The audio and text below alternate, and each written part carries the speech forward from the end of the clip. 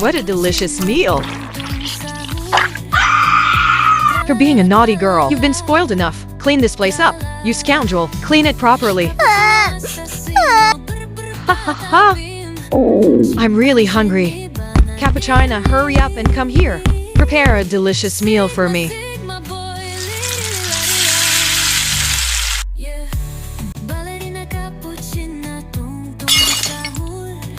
Useless scoundrel. You can't do anything. Now you're in for a beating.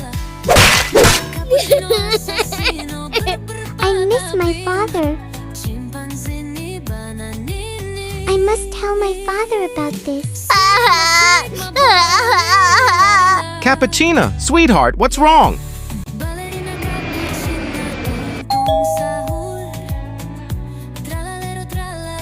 Shut up.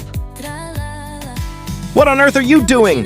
Hopefully, they won't know about it. I have nothing to do with this. It was them. Cappuccino.